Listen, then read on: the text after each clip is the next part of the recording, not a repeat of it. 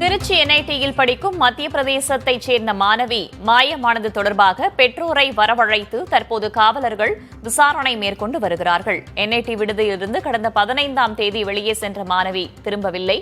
NIT மாணவியின் மாயம் தொடர்பாக அவரின் பெற்றோரிடம் தற்போது விசாரணை நடத்தப்பட்டு வருகிறது.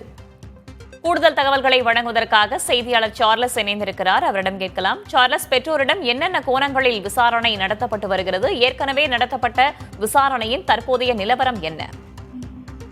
வேதவள்ளி, திருச்சி தேசிய தொழில்நுட்ப கழகத்துல மத்திய பிரதேச மாணவி கடந்த 15ஆம் தேதி விடுதியை விட்டு வெளியே சென்றவர் இதுவரை 5 நாட்களாக காணவில்லை. இப்ப தற்பொழுது துவாக்குடியில டிஎஸ்பி ஜாஃபர் சித்திக் பெற்றோரிடம் விசாரணை துவக்கியிருக்கார். மிக முக்கியமாக சில தகவல்கள் இப்ப தற்பொழுது வெளியாகி இருக்கிறது. மாணவி ஒரு கடிதத்தை எழுதி வைத்திருக்கிறார். அந்த கடிதத்துல தனக்கு படிப்பதற்கு மிகவும் சிரமமாக இருப்பதாகவும், அவர் இப்ப எம்சிஏ முதலாம் ஆண்டு படிக்கக்கூடிய நிலையில தேர்வுல சரியாக தயாராக முடியவில்லை எனவும், அதே போல அவர் அந்த வகுப்பில், அதாவது எம்சிஏ படிக்கும் இந்த முதலாம் ஆண்டில் அவர் லீடராக உள்ளார். இந்த நிலையில் அதை சக மாணவிகளிடம் அதனை ஏற்கனவே குறிப்பிட்டிருக்கிறார். தற்பொழுது சகோதரர் குல்கர்னி அவர்களிடம் டிஎஸ்பி தொடர்ந்து விசாரணை மேற்கொண்டு வருகிறார். இதைவிட மிக முக்கியமாக தேசிய தொழில்நுட்ப கழகத்தில் இருந்து மத்திய பிரதேச அந்த எம்சிஏ படிக்கக்கூடிய மாணவி வெளியே செல்லக்கூடிய சிசிடிவி காட்சிகளும் காவல்துறைக்கு தற்போது கைவசம் உள்ளது. அவர் பேருந்தில் ஏறி செல்வது, அதே போல் மற்றொரு பகுதியில் டாக்ஸியில் ஏறி செல்வது போல் ஒரு காட்சியும் அவர்களுக்கு கிடைத்துள்ளது, சிசிடிவி காட்சி.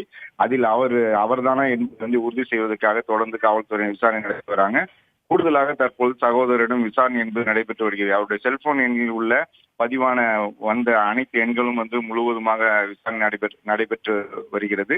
அந்த விசாரணையில் இதுவரை வேறு யாரிடம் அவருக்கு ஆண் நண்பர்கள் யாரும் இருக்கிறார்கள் என்பது எந்த நண்பர்களும் இல்லை என்பது உறுதி செய்யப்பட்டிருக்கிறது.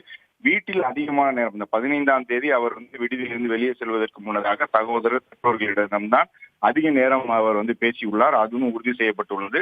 தொடர்ந்து மற்ற மாணவர்களிடம் விசாரணை என்பது டிஎஸ்பி நடத்தி வருகிறார். இப்ப தற்போது பெற்றோர்களும் நடத்தி வருகிறார். 5 நாட்களாக மாணவியோட செல்போன் எண்ணும் சுவிட்ச் ஆஃப் செய்யப்பட்டுள்ளது. இதனால் அவரை கண்டுபிடிப்பில் தொடர்ந்து சிரமம் ஏற்பட்டுள்ளது. வேறு எதுவும் பெற்றோர்களும் தகவல் கொடுத்துள்ளாரா என்பது குறித்து தொடர்ந்து விசாரணை மேற்கொள்ளப்பட்டு வருகிறது. தகவல்களுக்கு நன்றி சார்லஸ்.